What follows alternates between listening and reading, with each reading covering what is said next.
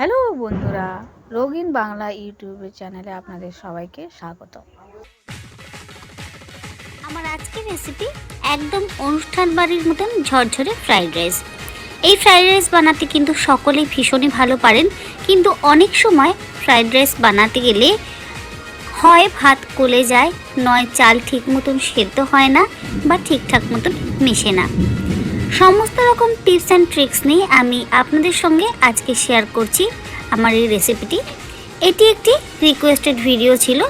অনেক বন্ধুরাই আমাকে অনেক দিন ধরেই ফ্রাইড রাইসের রেসিপি শেয়ার করার জন্য অনুরোধ করেছিলেন। আসুন দেখে নেওয়া যাক আমার আজকের রেসিপি একদম ঝরঝরে অনুষ্ঠান বাড়ির ফ্রাইড রাইস। ফ্রাইড রাইস বানাবার জন্য সবার প্রথমে চালটাকে ধুয়ে নিতে হবে। আমি একটা বড় বাটিতে নিয়ে নিচ্ছি 2 কাপ পরিমাণে চাল। আমার এই কাপটাতে 150 গ্রাম চাল ধরে, সেই জন্য আমি 300 গ্রাম চাল নিয়ে নিলাম। আর ফ্রাইড রাইস কিন্তু বাসমতি চালই ভালো হয়। চালটাকে খুব ভালো করে ধুয়ে নিতে হবে। 2 থেকে 3 বার জল বদলে বদলে চালটাকে ধুয়ে নেব। চাল ভালো করে ধোয়া হয়ে গেলে এবার চালটাকে 1 ঘন্টা ভিজিয়ে রাখবো।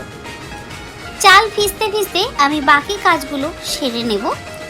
সবজিগুলোকে কুটে নিয়েছি। কড়াইতে দিয়ে দিচ্ছি 1 টেবিল চামচ ঘি, আর দিচ্ছি 3 টেবিল চামচ রিফাইন্ড অয়েল। আপনারা চাইলে পুরো রান্নাটাই ঘিতে করতে পারেন, তবে ভাজার কাজটা আমি ঘি আর রিফাইন্ড অয়েল মিশিয়ে করব। তেল আর ঘি ভালো মতন গরম হয়ে গেলে এর মধ্যে দিয়ে দিচ্ছি বিনস। এই মাপগুলো আপনারা আপনাদের ইচ্ছে মতন নেবেন। আমি হাফ কাপ পরিমাণে বিনস নিয়েছি। বিনসটাকে খুব ভালো করে ভেজে নেব, আর বিনসগুলোকে একটু লম্বা করে কেটে নিয়েছি। ফ্লেমটাকে মিডিয়ামে রেখে 3 থেকে 4 মিনিট সময় ধরে বিনসগুলোকে ভালো করে ভেজে নেব। যে কাপ মেপে আমি চাল নিয়েছি সেই কাপ মেপেই কিন্তু আমি সবজিগুলোকেও ব্যবহার করেছি। বিনস ভাজা হয়ে গেছে। এবার এই ভেজে নেওয়া বিনসগুলোকে তেল থেকে তুলে আমি একটা প্লেটের মধ্যে রেখে দিচ্ছি। ওই তেলের মধ্যে দিয়ে দিচ্ছি হাফ কাপ পরিমাণে গাজর। গাজরগুলোকেও লম্বা করে কেটে নিয়েছি।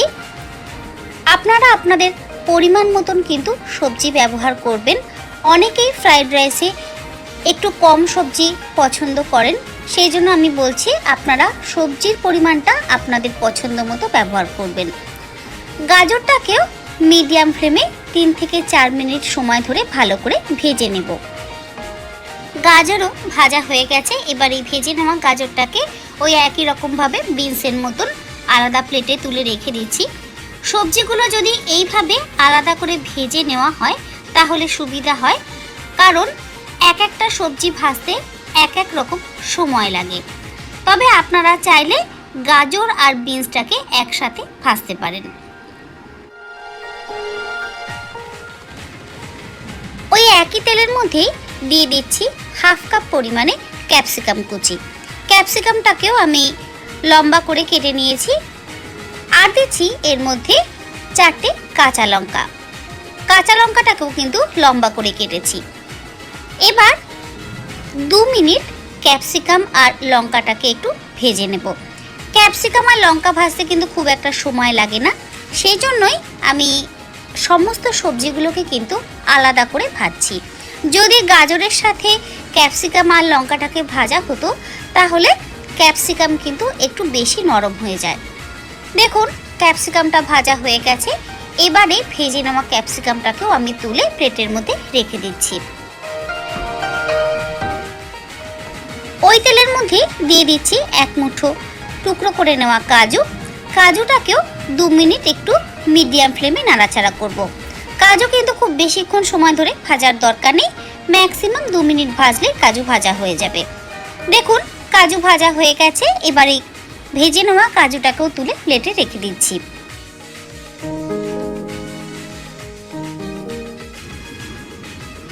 ওই একই রকমভাবে 1 মুঠো কিশমিশ আমি তেলে একটু নাড়াচাড়া করে নিয়েছি। গ্যাসের ফ্লেমটাকে কিন্তু মিডিয়ামে রেখেছি। কিশমিশ একেবারে ভাজতে সময় লাগে না, খুব অল্প সময়ের মধ্যে কিন্তু ভাজা হয়ে যায়। দেখুন কিশমিশ ভাজা হয়ে গেছে, এবার আমি তেল থেকে তুলে রেখে দিচ্ছি।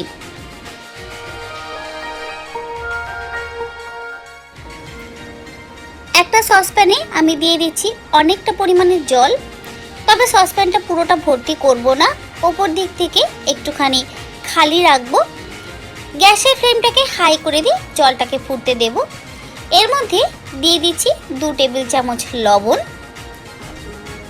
তবে চিন্তার কোনো কারণ নেই, কারণ চাল যতটা প্রয়োজন ততটা লবণই কিন্তু অ্যাবজর্ব করবে, তার বেশি লবণ কিন্তু চাল অ্যাবজর্ব করে না। এর মধ্যে দিয়ে দিচ্ছি 5টা ছোটো এলাচ, ছোটো এলাচগুলোকে একটু ফাটিয়ে নিয়েছি, 4-5টা দারচিনির টুকরো, 8-10টা লবঙ্গ, দিচ্ছি 2টো তেজপাতা আর অল্প একটু জয়িত্রী। এর মধ্যে যদি কোনো মশলা আপনাদের কাছে না থাকে তাহলে আপনারা নাও দিতে পারেন। এবার ঢাকা দিয়ে জলটাকে খুব ভালো করে ফুটিয়ে নেব। অপরদিকে দেখুন চালটা খুব ভালো মতন ভিজে গেছে। এবার চালের যে অতিরিক্ত জলটা আছে সেটাকে ফেলে দেব। দেখুন ভাত সেদ্ধ করার জলটা খুব ভালো মতন ফুটে গেছে। গ্যাসের ফ্লেমটাকে এবার মিডিয়ামে করে দিয়ে ধুয়ে ভিজিয়ে রাখা চালটাকে এই জলের মধ্যে দিয়ে দিচ্ছি। গ্যাসের ফ্লেমটাকে হাইতে দিয়ে চালটাকে সেদ্ধ করে নেব। তবে ফ্রাইড রাইস করার জন্য চাল কিন্তু 90% সেদ্ধ করতে হয়। পুরো 100% সেদ্ধ করলে যখন কড়াইতে চালটাকে ফ্রাই করা হয় তখন কিন্তু গায়ে গায়ে লেগে যায়, ফ্রাইড রাইসটা কিন্তু ঝরঝরে হয় না। আর বিরিয়ানির চাল সেদ্ধ করতে হয় কিন্তু 80%। যে থালার মধ্যে আমি সবজিগুলোকে ভেজে তুলে নিয়েছিলাম তার মধ্যে দিয়ে দিচ্ছি স্বাদ অনুযায়ী লবণ আর দিচ্ছি স্বাদ অনুযায়ী চিনি। 2 চা চামচ গুঁড়ো করে নেওয়া চিনি আমি এর মধ্যে দিলাম। মিক্সিতে আমি চিনি গুঁড়ো করে নিয়েছি। এবার লবণ আর চিনিটাকে ভালো করে মিশিয়ে দিচ্ছি।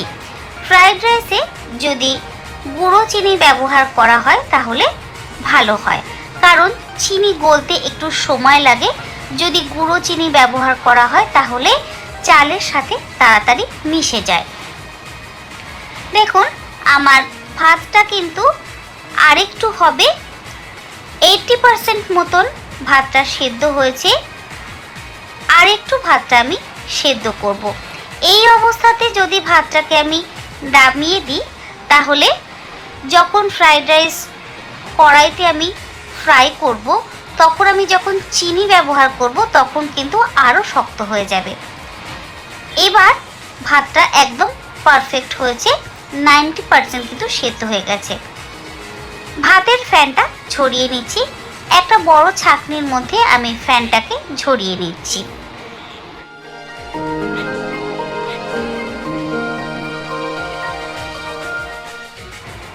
ফ্যান ভালো মতন ঝরিয়ে নেওয়ার পর একটা বড় থালার মধ্যে আমি তৈরি করে নেওয়া ভাতটাকে এইভাবে ঢেলে একটু ছড়িয়ে দিচ্ছি যাতে ভাতগুলো গায়ে গায়ে লেগে না যায়। অপরদিকে কড়াইতে দিয়ে দিচ্ছি 2 টেবিল চামচ ঘি। আপনারা চাইলে সাদা তেলেও করতে পারেন, তবে ফ্রাইড রাইস ঘিতেই ভালো লাগে। ঘি গরম হয়ে গেলে এর মধ্যে দিয়ে দিলাম 1 চা চামচ আদা বাটা। গ্যাসের ফ্লেমটাকে লোতে রেখে আদাটাকে মিনিট 2 সময় ধরে একটু ভেজে নেব, মানে আদার কাঁচা গন্ধটা দূর করে নেব। দেখুন আদা আমার ভাজা হয়ে গেছে। এবার এর মধ্যে দিয়ে দিচ্ছি ভাত। সম্পূর্ণ ভাতটা আমি দিচ্ছি না, অর্ধেকটা পরিমাণ ভাত আমি এর মধ্যে দিয়ে দিলাম। আর দিচ্ছি অর্ধেকটা পরিমাণে ভেজে রাখা সবজি ও কাজু কিশমিশ। ভালো করে মিশিয়ে দিচ্ছি। এইভাবে আমি বেশি পরিমাণে যদি ফ্রাইড রাইস করি তাহলে 2 ভাগে ভাগ করে নিয়ে কড়াইতে ফ্রাই করি, কারণ একসাথে যদি করা হয় তাহলে লবণ আর চিনিটা ঠিক মতন মেশে না। 2 ভাগে ভাগ করে করলে সুবিধা হয়। দিয়ে দিচ্ছি স্বাদ অনুযায়ী লবণ, স্বাদ অনুযায়ী গুঁড়ো চিনিটা এই জন্যই করে রাখা যাতে চালের সাথে তাড়াতাড়ি মিশে যায়। 1 চা চামচ গোলমরিচ গুঁড়ো আর 1/4 চা চামচ গরম মশলা গুঁড়ো।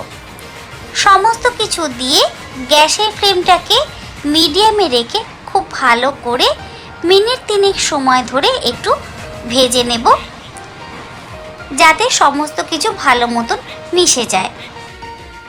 আরও বেশি পরিমাণে যদি ফ্রাইড রাইস তৈরি করতে চান তাহলে কড়াইতে যখন ফ্রাই করবেন তখন কড়াইয়ের নিচে একটা তাওয়া বা চাটু রেখে তারপরে করবেন, তাহলে নিচে লেগে যাওয়ার সম্ভাবনা থাকে না।